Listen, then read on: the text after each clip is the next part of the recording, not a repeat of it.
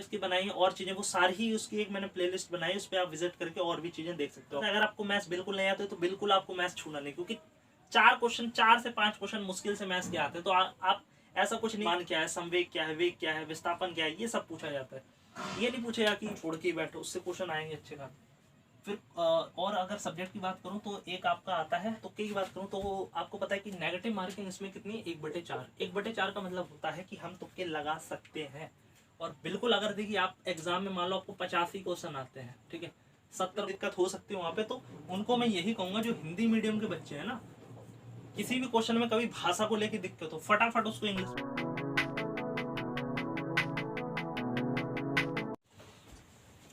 तो दोस्तों आइए फाइनली बात करते हैं कि मोस्ट इंपॉर्टेंट लास्ट टाइम आपके लिए क्या टिप्स हो सकते हैं, ठीक है। और यकीन मानिए कि ये लास्ट टाइम में जो मैं आपको टिप्स देने वाला हूँ, ये बहुत ज़्यादा आपके लिए हेल्पफुल साबित होने वाली है। अगर आप इस चीज़ को सीरियसली अप्लाई करते हैं तो, सिर्फ वीडियो देख के स्किप कर देते हैं, इग्नोर मार देते हैं, फिर उसका मैं कुछ नहीं कह सकता, ठीक है।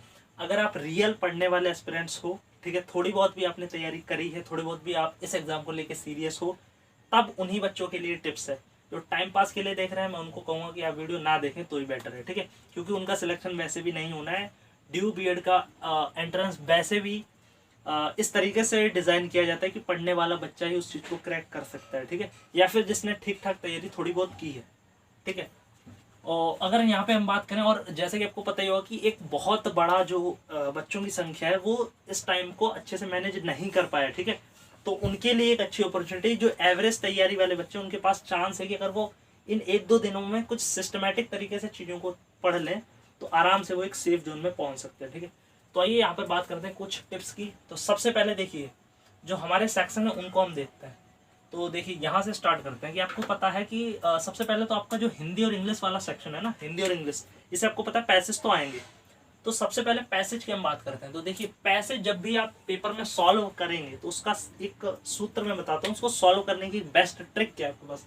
तो जब भी आप पैसेज को सॉल्व करें तो सबसे पहले आपको क्वेश्चन को पढ़ना है। सबसे पहले आप क्या करो, पैसेज आया, आपने क्वेश्चन को पढ़ लिया, ठीक है, ऑप्शन नहीं पढ़ना है, सिर्फ क्वेश्चन। मान लो इंग्लिश का पैसेज खुला, 5 क्वेश्चन है, 5 क्वेश्चन आप अच्छे से पढ़ लो, ठीक है। वो 5 के 5 क्वेश्चन आप अपने थोड़ा आपको ये हो जाए कि हाँ मुझे ये क्वेश्चन, आप इनके आंसर ढूंढने, थोड़ा दिमाग में वो चीज़ ऐड हो जाएगी। फिर उसको देखने के बाद आप किस पे जाओ, रीडिंग पे, यानी पूरा कॉम्प्रिहेंशन जो आरसी है हमारा कॉम्प्रिहेंशन, उसको पूरा रीड करना है आपको। जैसे ही अब क्या होगा, जब आपके दिमाग में वो क्वेश्चन होंगे और जब आप पैसेज पढ़ोगे तो आपको थोड़ा थोड़ा लाइनें मिलने लगेंगी कि इसका आंसर यहाँ पे, इसका आंसर यहाँ, इसका आंसर यहाँ, ठीक है। फिर देन आप क्या करो, उसके आंसर निकालो, ठीक है, मतलब क्वेश्चंस पे आओ, फिर आपको जैसे ऑप्शन दिखेगा आप करते चले जाओगे, ठीक है। तो इस तरीके से आपको ये पैटर्न अप्लाई करना है एग्जाम में, जो कि बहुत बढ़िया तरीका होता है। अगर आप ऐसा करेंगे कि पहले पैसेज पढ़ रहे हो फिर क्वेश्चन पे जा रहे हो, पैसेज पढ़ रहे हो फिर क्वेश्चन, तो थोड़ा दिक्कत हो सकती है आपको, ठीक है। हालांकि कर लोगे, लेकिन ये मैंने बहुत बेस्ट तरीका बताया है, एक सटीक तरीके से आप एग्जाम में किस तरीके से अच्छा प्रदर्शन कर सकते हो, अच्छे मार्क्स पैसेज में ला सकते हो। तो सबसे पहले आपको क्वेश्चंस और उनके ऑप्शन, ठीक है, ऑप्शन भी पढ़ लो तो बेस्ट है। क्वेश्चन है उसको ध्यान से पढ़ लो और ऑप्शन को हल्का हल्का नजर मान लो, ठीक है। हालांकि ऑप्शन पढ़ना थोड़ा बोरिंग हो जाएगा क्योंकि पैसेज हमने नहीं पढ़ा, तो बढ़िया तरीका आपने एक बार क्वेश्चन पढ़ा, फटाफट थोड़ा थोड़ा ऑप्शन पे भी नजर मार ली, देन आप पैसेज पे आए, पैसेज आप पढ़ते जा रहे हो, आपको आंसर भी थोड़ा थोड़ा हिंट मिलते जा रहे हैं। फिर जैसे ही आप ऑप्शन पे जाओगे आप आंसर निकाल दोगे। देन है आपका यहाँ पे पैसेज के अनुसार, देखिए यहाँ पे क्वेश्चन जो इंग्लिश के क्वेश्चन ज्यादातर आते हैं उसमें, और हिंदी के भी, उनमें हमेशा ये कहेगा, हिंदी का होगा तो गद्यांश या पद्यांश के अनुसार, या इंग्लिश में होगा तो बार बार वो एक शब्द यूज करता है, अकॉर्डिंग टू पैसेज। तो ये यहाँ पे याद रखना कि जब भी वो पैसेज के क्वेश्चन जो बनाएगा ना उनमें थोड़ा सा आपको घुमा सकता है, उलझा सकता है हल्का फुल्का 1-2 क्वेश्चन में। जैसे कि वो बोल देगा अकॉर्डिंग टू पैसेज, यानी पैसेज के अनुसार इनमें से कौन सा गलत है, या पैसेज के अनुसार इनमें कौन सा नहीं, इनमें से कौन सी बात नहीं कही गई है, ठीक है। तो आप कई बार जल्दबाजी में जो बात कही गई है उस पर टिक लगा देते हो, ठीक है। तो बहुत ज्यादा हड़बड़ाना नहीं है, तसल्ली से, क्योंकि ये फ्री के मार्क्स होते हैं, इसमें आपको गलती नहीं करनी। आपको तसल्ली से पैसेज को, क्वेश्चन को पढ़ा, पैसेज को पढ़ा, फिर एक एक ऑप्शन पे ध्यान से लगाते हुए आपको करते हुए जाना है, क्योंकि ये यहाँ पे अगर आप गलती करते तो आप सिलेक्शन से बहुत पीछे होते चले जाओगे। क्योंकि आगे का एसएसटी है, साइंस है, मिसलेनियस है, जीके करंट, ये सबकी नॉर्मली है, बस यहीं पे पैसेज, रीजनिंग और कुछ सेक्शन है हिंदी इंग्लिश के, और एसएसटी थोड़ा बहुत साइंस, इन्हीं में हर कोई बच्चा एवरेज पढ़ के बैठा हुआ है, ठीक है। तो यहाँ पे अगर आप पीछे रह जाते हो तो आप बाहर हो, समझो। तो इस चीज का आप ध्यान रखो कि अकॉर्डिंग टू पैसेज जब भी बोले तो आप समझ जाओ कि पैसेज की स्टेटमेंट के अनुसार कौन सा कथन सही है तो हमें सिर्फ सही वाले पे लगाना, कौन सा गलत है तो हमें गलत, यानी जो पैसेज में बात नहीं कही है तो थोड़ा सा घुमा देगा, उसको पकड़ना उसकी लैंग्वेज को, ठीक है। ये मैंने एनालाइज करके पाया इस चीज को, क्योंकि मैंने जब 4 साल के मॉक लगातार लगाए, उनके क्वेश्चन का पैटर्न पकड़ा तो यही चीज बार बार निकल के आई। और 1-2 क्वेश्चन तो मेरे खुद गलत हो गए, बाद में मैंने समझा तो वहां पे पता चला कि क्वेश्चन तो आसान था लेकिन उसको हल्का सा ट्रिकी बना देता है वो ऑप्शन में। फिर यहाँ पे अगर मैं बात करूं, इस पे आ जाते हैं हिंदी इंग्लिश के पैसेज तो हो गए। अब ग्रामर, इसमें देखिए आपको पता है कि 4 क्वेश्चन आपके लगभग मान के चलिए आएंगे, 2 हिंदी के क्वेश्चन, 2 इंग्लिश के क्वेश्चन ग्रामर के। जैसे ग्रामर में मैंने कुछ टॉप स्कोरिंग टॉपिक्स मैंने एक वीडियो में बनाए, देखिए वो वीडियो बहुत ज्यादा इंपॉर्टेंट है आपके लिए, जिसपे आपको पता भी होगा, आपने शायद देखी भी होगी, जिसमें मैंने बताया था how to get 250+/400 easily in ड्यूबिट एंट्रेंस एग्जाम। वो लगभग 30-40 मिनट की वीडियो, उसमें काफी सारी मैंने चीजें बताई हुई हैं, लेकिन उसमें सबसे इंपॉर्टेंट जो सॉरी उसमें नहीं, उसमें भी कुछ इंपॉर्टेंट चीजें मैंने बताई थी, तो अगर उसको नहीं आपने देखी तो उसको भी एक बार देख लेना, ठीक है। और उसको मैं आप उतना नहीं कहूंगा, हालांकि 2,500-3 हज़ार के अप्रोक्स व्यूज आ गए, अच्छी खासा उस पर भी आप लोगों ने सपोर्ट दिखाया, ठीक है, उसके लिए बहुत बहुत शुक्रिया। जो टॉप स्कोरिंग वाला सेक्शन है उसमें आप क्या करो, हिंदी और इंग्लिश के और रीजनिंग के मैंने टॉप स्कोरिंग टॉपिक्स बताए, वहां पर आप जाके उनके हिंदी और इंग्लिश के जो पिछले साल से 4-5 ऐसे टॉपिक्स हैं ग्रामर के हर साल रिपीट होते हैं। जैसे हिंदी का बात करूं तो संज्ञा, कर्ता, ठीक है, संधि, इन्हीं से क्वेश्चन आते हैं। इंग्लिश में बात करूं तो फिगर ऑफ स्पीच हो गया, इसके अलावा तुम्हारा कभी कभी सब्जेक्ट वर्ब एग्रीमेंट से क्वेश्चन आ जाते हैं। तो ये 2-3 टॉपिक इनको थोड़ा ग्रामर के रूल्स रिवाइज कर लें ताकि 4 नंबर आपके फ्री में तैयार हो जाए। फिर अगर मैं बात करूं यहाँ पर आगे के सेक्शन की, तो जैसे स्टैटिक और करंट, तो देखिए स्टैटिक अगर आप कहीं से कर पाओ, स्टैटिक और करंट की मैंने टॉप स्कोरिंग वीडियो आपको अपलोड कर दी है, मेरे चैनल पे जाके आप देख लेना। उसमें जो टॉप स्कोरिंग मैंने टॉपिक्स बताया, अगर आपको कहीं यूट्यूब पे मिल जाए तो अच्छी बात है, ठीक है, वो कवर कर सकते हो। लेकिन जहाँ तक मुझे लगता है कोई एक सारे की पर्टिकुलर मैराथन आपको कहीं नहीं मिलेगी। तो कोशिश तो देखिए मैं पूरी करूंगा, पूरा प्रयास मेरा रहेगा कि मैराथन में लाऊं, और ये मेरी पूरी तरीके से यार कोशिश करता हूँ मैं लाने की। लेकिन वही एक वीडियो को बनाने में, चीज़ों को एनालाइज करने में, शूट करने में, अपलोड करने में काफ़ी टाइम चला जाता है। और आपको पता है कि मैं खुद इस एग्जाम के लिए प्रिपरेशन कर रहा हूँ, ठीक है, जैसे कि मैंने आपको पहले ही बताया। तो एक्चुअली मुझे खुद के लिए भी प्रिपरेशन के लिए टाइम निकालना पड़ता है, ठीक है, सीरियसली बात ये है। तो इस चक्कर में टाइम नहीं निकल पाता है उस चीज़ को मैनेज करने के लिए, ठीक है। तो यहाँ पर मैं पूरी लेकिन कल कोशिश करूंगा कि स्टैटिक का मेरा सारा और करंट तैयार हो चुका है, करंट थोड़ा सा रिवीजन और करना है, ठीक है, उसमें से कुछ चीज़ें और निकालनी है, और स्टैटिक, ठीक है। तो हालांकि दिक्कत ये आ रही थी कि इसको स्टैटिक के जो चीज़ें उसको लिखवाने में फिर टाइम लगेगा, तो मैं कोशिश यही करूंगा कि नोट्स अपने लाऊं, मैं आपको इसी तरीके से बैठ के और आराम से ट्रिक्स के साथ समझाते हुए याद करवा दूंगा, ठीक है। तो स्टैटिक और करंट के लिए आप निश्चित हो जाओ, कल और परसों एक मैराथन में डाल दूंगा, ठीक है। उसके लिए बस चैनल को सब्सक्राइब और टेलीग्राम चैनल को जरूर ज्वाइन कर लेना, ठीक है। चैनल को सब्सक्राइब करना बिल्कुल मत भूलना ताकि मैराथन आपसे मिस ना हो जाए, क्योंकि ये 15 नंबर का वेटेज आपकी सिलेक्शन को आप मतलब सिलेक्शन से आपको दूर पहुंचा सकता है, ठीक है। तो ये आपके लिए बहुत हेल्पफुल हो सकती है मैराथन। और जो भी वीडियो मैंने टॉप स्कोरिंग टॉपिक्स की बनाई है और चीज़ें, वो सारी ही उसकी एक मैंने प्लेलिस्ट बनाई है, उस पर आप विजिट करके और भी चीज़ें देख सकते हो अपने सुविधा अनुसार, ठीक है। यहाँ पे मैं आपको एक चीज़ और बताऊंगा, ठीक है।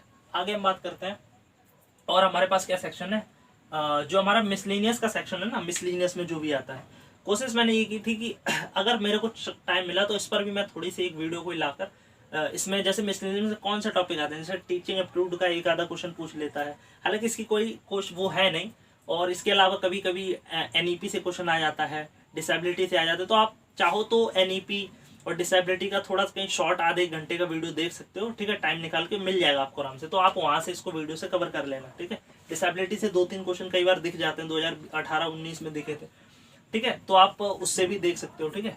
तो ये आप यूट्यूब से कहीं से कवर कर लो। देन अगर मैं यहाँ पे बात करूँ मैथ्स की, तो देखिए मैथ्स का सिंपल सा, अगर आपको मैथ्स बिल्कुल नहीं आते तो बिल्कुल आपको मैथ्स छूना नहीं, क्योंकि 4 से 5 क्वेश्चन मुश्किल से मैथ्स के आते हैं। तो आप ऐसा कुछ नहीं कि आप मैथ्स छोड़ भी दो तो भी आपका काम बन जाएगा। अगर आप ह्यूमैनिटी बैकग्राउंड से हो, आपकी मैथ्स ठीक ठाक नहीं है, जैसे कि मेरी मैथ्स ठीक नहीं है, तो मैंने इसको छूना ही नहीं है, ठीक है। साइंस के यहाँ पे आगे मैं बात करूँ, तुम्हारा जो सबसे इंपॉर्टेंट क्वेश्चन रह जाता है कि फोकस हमें किस चीज़ पे करना है, जो हमारा मतलब एसएसटी और साइंस। तो देखिए फोकस की मैं सिंपल से आपको बता रहा हूँ कि मैंने पहले ही बताया था कि आपको सबसे पहले प्रायोरिटी देनी है, जो भी टाइम बचा है, साइंस और एसएसटी, क्योंकि इसका एक बहुत बड़ा वेटेज रहता है एग्जाम में। दूसरे नंबर पे अदर सब्जेक्ट जो बच्चे हैं। अब इसमें भी अगर साइंस एसएसटी में अगर आपके बहुत से, अब आपको इसमें क्या करना, जो भी आपने जितना पढ़ा है उसको ज़्यादा से ज़्यादा रिवाइज करो चीज़ों को। उसके साथ साथ जो भी कुछ वीक टॉपिक है, जैसे मैंने बताया कि मैंने साइंस और एसएसटी इन दोनों के टॉप स्कोरिंग टॉपिक्स अपलोड किए हैं, उसमें जाके उन टॉपिक्स को लिख लो और देखो कि क्या इनमें से कोई टॉपिक मेरा अनकवर्ड है। मुश्किल से 10 से 12 टॉपिक है साइंस के और 8-10 टॉपिक है एसएसटी के। तो उनको जो हॉट टॉपिक्स हैं उनको देखो, मुझे कवर करने हैं, ठीक है। अब कहाँ से, या तो 9th 10th की आप एनसीईआरटी उठाओ, ठीक है, एनसीईआरटी से उन्हीं से उन चैप्टरों को कवर कर लो, या फिर कोई यूट्यूब पे मैराथन देख लो, ठीक है, पर्टिकुलर टॉपिक की। जैसे मैंने साइंस की अगर मैं बात करूँ, साइंस के गिनती के चैप्टर हैं, जैसे एक ध्वनि साउंड से क्वेश्चन आते हैं, बल से क्वेश्चन आते हैं, ग्रेविटी से क्वेश्चन आते हैं, ठीक है, ये गिने चुने चैप्टर हैं। तो इनको क्या कर सकते हो आप, ह्यूमन बॉडी से क्वेश्चन आते हैं, इनको आप या तो बुक से कवर कर लो 9th 10th की सिलेक्टेड टॉपिक। अब इतना टाइम नहीं कि सारी एनसीईआरटी कवर कर लो, सिर्फ वही टॉपिक्स गिने चुने, या फिर कहीं साइंस की मैराथन को ही देख लो उस पर्टिकुलर टॉपिक की, वहां से आपका तैयार हो जाएगा। इसी तरीके से साइंस एसएसटी दोनों। इसके साथ साथ एक सबसे इंपॉर्टेंट है एग्जाम्पलर।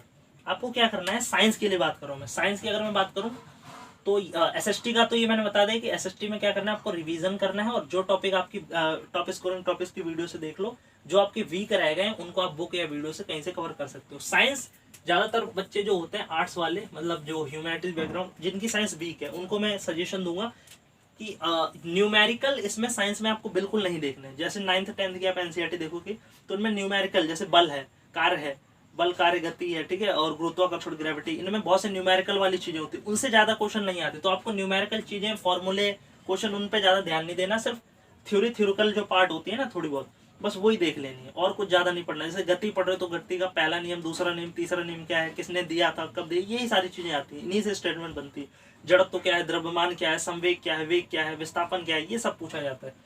ये नहीं पूछेगा कि इसका डेसिमल, इसका मान कितना है, इसका सूत्र क्या है, ऐसे बहुत कम क्वेश्चन दिखते हैं, एक आधा क्वेश्चन भले आ जाए। तो इस पे आपको फोकस ना करते हुए थ्योरिकल पोर्शन पे प्रैक्टिस करो। जिनकी साइंस तैयार है उनके लिए तो अच्छा है, जिनके लिए तैयार नहीं उनके लिए मैंने ये बताया टॉप स्कोरिंग टॉपिक्स की आप कवर कर लो। और इसके साथ साथ आपको क्या करना है, साइंस के लिए आपको एनटीए की ऑफिशियल वेबसाइट पे जाओगे तो वहां पे आपको फ्री में इसका एग्जाम्पलर मिल जाएगा, जिसमें मल्टीपल टाइप के क्वेश्चन दिए होते हैं साइंस के, ठीक है। उससे आपको आइडिया लग जाएगा कि साइंस में उसी लेवल के बिल्कुल सेम क्वेश्चन आपको एग्जाम में देखने को मिलता है, ठीक है। तो उसको आप एक बार नजर मार सकते हो कि ऐसे ही पेपर आपको एग्जाम में देखने को मिलेंगे, ठीक है। तो उससे काफी ज्यादा आपके लिए वो कारगर साबित होगी। तो यहाँ पे ये चीज हो गई। और अब मैं अगर बात करूँ आगे, ठीक है, जो हमारी आगे की चीजें बची हुई हैं, ठीक है। तो देखिए, अगर वीडियो हेल्पफुल लग रही हो तो बिल्कुल यार इसको ज़्यादा ज़्यादा शेयर जरूर करना, वीडियो को लाइक जरूर करना, ठीक है। आगे अगर हम बढ़े तो यहाँ पर देखिए हमारा जो बचता है रीजनिंग वाला सेक्शन। रीजनिंग एक काफ़ी इंपॉर्टेंट सेक्शन रह जाता है आपके लिए। रीजनिंग का अगर अभी तक आपका कोई भी एक ऐसा टॉपिक है, इसकी भी टॉप स्कोरिंग टॉपिक्स आपके लिए कुछ भी नहीं छोड़ा है, फटाफट देखो। 8-10 ही टॉपिक है मुश्किल से, उनमें कोई आपका वीक या अनकवर्ड है, उसको फटाफट आप यूट्यूब से या कहीं से कवर कर लो। और ज़्यादातर यही चैप्टर आपके वीक हो सकते हैं, या तो sitting arrangement, puzzle, ranking, calendar, कथन निष्कर्ष, कार्यवाही, पूर्व धारणा, ये वाले है ना, स्टेटमेंट वाले ज़्यादातर क्वेश्चन, या तो आप इनमें उलझोगे या कैलेंडर में या पजल, सिटिंग अरेंजमेंट। इनका थोड़ा थोड़ा कॉन्सेप्ट देख के प्रैक्टिस कर लो, अभी भी मैं बता रहा हूँ, नहीं तो एग्जाम में आपको दिक्कत होने वाली है, ठीक है। इसको आप ज़रूर तैयार कर लो, क्योंकि ये काफ़ी स्कोरिंग पार्ट है जो आप अच्छे से तैयार कर सकते हो। और एक चीज़ मैंने आपको यहाँ पे बताई, ठीक है, ये तो सब्जेक्ट से जुड़ी चीज़ें होंगी। और एक सब्जेक्ट से जुड़ी एक और चीज़ कि इको का पोर्शन जो होता है ना आपका, इको का पोर्शन, जिसको अक्सर आपको ज़्यादातर जो लोग बोलते हैं कि एसएसटी में सिर्फ आपको हिस्ट्री, पॉलिटी और ज्योग्राफी पे फोकस करना है, इको पे उतना इंपॉर्टेंस नहीं दे। इको का एक मान के चलिए मेरे हिसाब से 7 से 8 क्वेश्चन तो इको के ही मुझे दिख रहे हैं, ठीक है। पिछले साल जब मैंने एनालाइज किया है, स्टॉक मार्केट से आ रहे हैं, ठीक है, उद्योगों से क्वेश्चन आ रहे हैं, कृषि से आ रहे हैं, पंचवर्षीय योजना से आ रहे हैं, काफ़ी सारे क्वेश्चन आ रहे हैं। तो इको आपको कहीं कोशिश करो, अगर कुछ मैराथन मिल जाए इको की, या थोड़ा बहुत 9th 10th, या फिर कोशिश ये करो थोड़ा 11th 12th का जो 11th की जो अर्थव्यवस्था वाली बुक है और 12th की कोई मैराथन मिल जाए तो थोड़ा बहुत हल्का फुल्का उसको देख लो, ठीक है। तो उस पर आप ज़रूर फोकस करते हो चलना, रिवीजन ज़रूर करना उसकी, ठीक है। ऐसा नहीं इको को बिल्कुल वैल्यू मत दो, पता चले उसको छोड़ के ही बैठो, उससे क्वेश्चन आएंगे अच्छे खासे। फिर और अगर सब्जेक्ट की बात करूँ तो एक आपका आता है शब्दों का अर्थ। एक हिंदी में एक टॉपिक का मैं ट्रिक आपको बता देता हूँ, ठीक है। ये तो मैंने सब्जेक्ट के बारे में सब आपको बता दिया, ठीक है। अब यहाँ पे हम जो बची खुची चीज़ें हैं उन पर बात कर लेते हैं। देखो, ये भी काफ़ी इंपॉर्टेंट चीज़ें आपके लिए। शब्द का अर्थ, देखिए एक हिंदी में क्वेश्चन आता है, लास्ट ईयर आप देखो एनालाइज करो, कई बार शब्दों का अर्थ पूछा जाता है कि कोई अजीब सा शब्द दे दिया, इसका क्या अर्थ हो सकता है, ठीक है, सग्गी का क्या अर्थ है, ठीक है, ऐसे करके। तो उसके एक मैं ट्रिक आपको बताता हूँ, उसमें क्या करना, आप जो बिल्कुल एक अलग सा शब्द आपको नजर आ रहा हो ना ऑप्शन, उसको टिक कर देना, ज्यादातर वही आपका आंसर निकलता है, ठीक है। ये फ्री का 1 मार्क्स मैंने आपको ट्रिक बता दी है। इसके अलावा जो क्वेश्चन आते हैं ना हिंदी में, शुद्ध वाक्य छांटिए, उसमें जहां पर भी अगर कोई डबल दिया होगा तो वही गलत होता है। जैसे अगर कोई बोले वह सोमवार के दिन तुम्हारे घर आएगा, तो सोमवार के दिन, ये गलत है, क्योंकि सोमवार तो दिन है, तो वह सोमवार को तुम्हारे घर आएगा, ये सही सेंटेंस। तो कभी डबल जैसा सेंस है कि दिन तो आपने बोल ही दिया, फिर दिन क्यों यूज किया, तो वहां पे वो सेंटेंस गलत होता है। और अगर संस्कृत का कोई क्वेश्चन आता है एक छोटा सा, तो उसमें अगर एरर पूछे तो ज्यादातर ध्या, जिसपे उद्यंती जैसा कुछ लिखा हो या पीछे धा से जुड़ा हो, तो उसको आप चुन सकते हैं, ठीक है। ये मैंने छोटी सी कुछ आपको ट्रिक बता दी। आगे अगर मैं देखूं क्वेश्चन को समझना और ये तुक्के से जुड़ी कुछ चीजें, ठीक है। तुक्के का काफी ज्यादा लोग सोचते हैं कि नेगेटिव मार्किंग है, कितना क्या तुक्के लगाने चाहिए नहीं लगाने चाहिए, इसको भी देख लेता है। तो देखिए सबसे पहले अगर मैं तुक्के की बात करूं तो आपको पता है कि नेगेटिव मार्किंग इसमें कितनी, 1/4। 1/4 का मतलब होता है कि हम तुक्के लगा सकते हैं। और बिल्कुल अगर देखिए आप एग्जाम में मान लो आपको 85 क्वेश्चन आते हैं, ठीक है, 70 क्वेश्चन तक आपको पता है कि पहुंचना है हमें। देखिए दोस्तों, आपको क्या करना है, कॉल या जिसे बोलते हैं कॉल आपको लेनी पड़ेगी। अगर आप 85 तक पहुंच रहे हो और उसमें कट पिट के आपको पता है 40-45 तक मैं पहुंच रहा हूँ, तो आप वैसे ही मेरिट से बाहर हो, ठीक है। अगर आपकी कोई कैटेगरी नहीं है तो, जनरल हो और मान लो आप लैंग्वेज SST साइंस वाले हो और कोई कैटेगरी भी नहीं है, तो आप 40-45 क्वेश्चन पे कहाँ सिलेक्शन हो जाएगा। तो यहाँ पर आपको पता है कि आपको कॉल लेना पड़ेगा, और 20 क्वेश्चन पे आपको डाउट है 50-50 का, आप लगाओ, ठीक है। और इसका मैं एक आपको बता देता हूँ, जैसे कि मैंने बता दिया कि आपको अटेम्प्ट जो है 70 से 80 के रेंज में करना ही है। अगर पेपर का लेवल बहुत ज्यादा वेरिएशन, जो कि उम्मीदें नहीं होना चाहिए, अगर उसी लेवल का रहता है लगभग 19-20, तो आपको इस रेंज में अटेम्प्ट करना है। अगर आप 50 तक पहुंच रहे हो तो आप 70-80 तक आपको लगाना ही है। अब इसमें कैसे क्वेश्चन लगाने हैं, तो जिन पे आपको 50-50 है वो भी लगाओ, जिन पे आपको मतलब जैसे 2 में ऑप्शन होता है ना कि या तो A है या B है, अगर आपको 3 में है A, B या C, इन 3 में से एक भी आपने हटा दिया, उस पे भी आप चांस ले सकते हो, ठीक है। 2 वाले पे भी लेना है आपको, 3 वाले पे भी लेना है। अगर आप 85 तक पहुंच रहे हो, ठीक है, अगर आप मान लो 60 क्वेश्चन तक पहुंच गए, तो आप सिर्फ इन पे लो, 2-2 वाले पे। अगर आपको पता है 50 तक ही पहुंच रहा हूँ, तो आप 3 वाले में डाउट हो और 2 वाले में, इन सब में आप 20 में भी तुक्के लगा देते हो, तो भी मान लो अगर आपके 7-8 भी क्वेश्चन ठीक हो गए तो भी बहुत है, कोई घाटे वाला सौदा नहीं होगा आपका, ठीक है। कट पिट के 5 नंबर का शुद्ध लाभ आपको हो जाएगा, ठीक है। तो नेगेटिव जो तुक्के लगाना होता है ना, उसकी भी एक कला होती है, ठीक है। आपको क्या समझना है कि 1/4 मेरी नेगेटिव मार्किंग है, तो मुझे इसी रेंज में 70 से 80 की रेंज में पहुंचना है। तो अगर मैं 60-65 तक मैं ठीक जा रहा हूँ, तो मुझे 4-5 तुक्के लगाने हैं बस। ज्यादा तुक्के क्यों लगाओ, अगर आपको लग रहा है, अगर आपको लग रहा है बहुत कम अटेम्प्ट है, तो आपको लगाओ। और तुक्के किस पे लगाओ, 50-50 पे भी लगाओ, और 3 ऑप्शन है उस पे भी लगाओ, ठीक है। तो ये सोच समझ के आप अपने एग्जाम के लेवल के हिसाब से, अपनी तैयारी के हिसाब से सब कुछ सोच समझ के ही आपको तुक्के लगाने, ठीक है। और ऐसा क्वेश्चन जो आपने कभी पढ़ा ही नहीं, कभी देखा ही नहीं, कभी सुना ही नहीं है ना, ऑप्शन से मतलब ना, उस क्वेश्चन को आपको बिल्कुल भी ना टच करना है ना कुछ छूना है, उस क्वेश्चन पे तुक्के लगाना एक तरीके से पाप कहा जाएगा आपके लिए, ठीक है। और यहाँ पे लास्ट में क्वेश्चन को समझना, ये भी एक इंपॉर्टेंट चीज है कि आपको क्वेश्चन को अंडरस्टैंड बहुत अच्छे तरीके से करना है। आपको जो 2 घंटे का टाइम दिया जा रहा है, उसमें सबसे इंपॉर्टेंट चीज है आपको क्वेश्चन को पकड़ना है। क्वेश्चन को कई बार इस तरीके से डिजाइन किया जाए कि आप उलझ जाओ कि ये एक्चुअल में पूछ क्या रहा है, ठीक है। जैसे कई बार हिस्ट्री से या साइंस से क्वेश्चन आते हैं, उसमें A और R, ठीक है, कथन और व्याख्या है ना, मतलब स्टेटमेंट, और फिर बोलता है कि इसका एक्सप्लेनेशन कौन सा इसका सही एक्सप्लेनेशन है। तो हिंदी में, हिंदी वाले बच्चों को थोड़ी दिक्कत हो सकती है वहां पे, तो उनको मैं यही कहूंगा, जो हिंदी मीडियम के बच्चे हैं ना, किसी भी क्वेश्चन में कभी भाषा को लेके दिक्कत हो, फटाफट उसको इंग्लिश में देख लो, बहुत फायदे में रहो, ठीक है। ये चीज मैंने देखी कि हिंदी के क्वेश्चन कई जगह बहुत दिक्कत आ रही है समझने में, तो वहां जहां भी आपको थोड़ा भी डाउट हो हिंदी के शब्द को लेके, तो फटाफट उसका इंग्लिश में देख लो, आपको आइडिया लग जाएगा। जैसे कथन वाले कुछ क्वेश्चन होते हैं, ठीक है, कारण एक्सप्लेनेशन वाले, तो उसको आप देख लो, दोनों लैंग्वेज में आप समझते हुए अच्छे तरीके से करते हुए उस चीजों को करो, ठीक है। तो दोस्तों ये थी हमारी उम्मीद, ठीक है, सॉरी, ये था हमारा प्रयास। कैसा प्रयास लगा प्लीज कमेंट जरूर करना, ठीक है। वीडियो को ज्यादा से ज्यादा शेयर करना, चैनल को सब्सक्राइब जरूर कर लेना, वीडियो को लाइक शेयर सब्सक्राइब करो, और आप सभी को आपके एग्जाम के लिए बेस्ट ऑफ लक, ठीक है। हमारी तरफ से उम्मीद है आप सबका एग्जाम बहुत अच्छा जाएगा, ठीक है। और कोशिश भी बिल्कुल करूंगा कि कल और परसों स्टैटिक और करंट की मैराथन कहीं ना कहीं टाइम करके निकाल लूँ। अदरवाइज नहीं भी निकल पाता है तो उसके लिए माफ़ी चाहता हूँ। उम्मीद पूरी रही कि मैं मैराथन ले आऊँ।